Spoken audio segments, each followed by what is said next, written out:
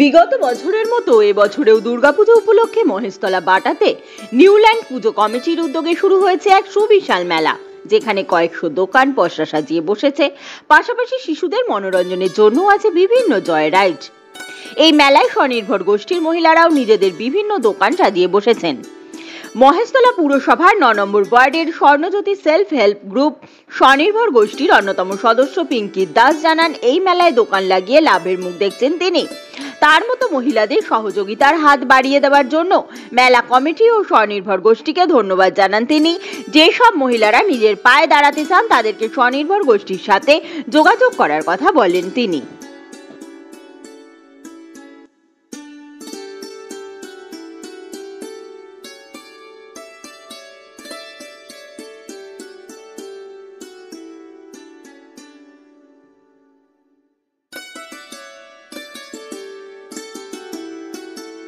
এখানে ভালোই রেসপন্স পাচ্ছি। এটা নিয়ে আমার ৩ বছর হলো আমি মেলায় আছি।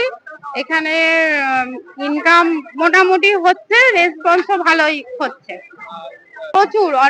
অন্য যেখানে যেহেতু আমরা স্বনির্ভর গোষ্ঠী থেকে করছি, তাই জন্য টাকার দিক থেকে অনেকটাই আমরা কমে করছি। সেটা পুরোপুরি বলা যাবে না, কারণ একটা কিছু অফিসিয়ালি ব্যাপার আছে, কিন্তু এমনিও এখানে সিকিউরিটিরও ব্যবস্থা আছে। আমরা জিনিসপত্র এখানে রেখে চলে যাচ্ছি।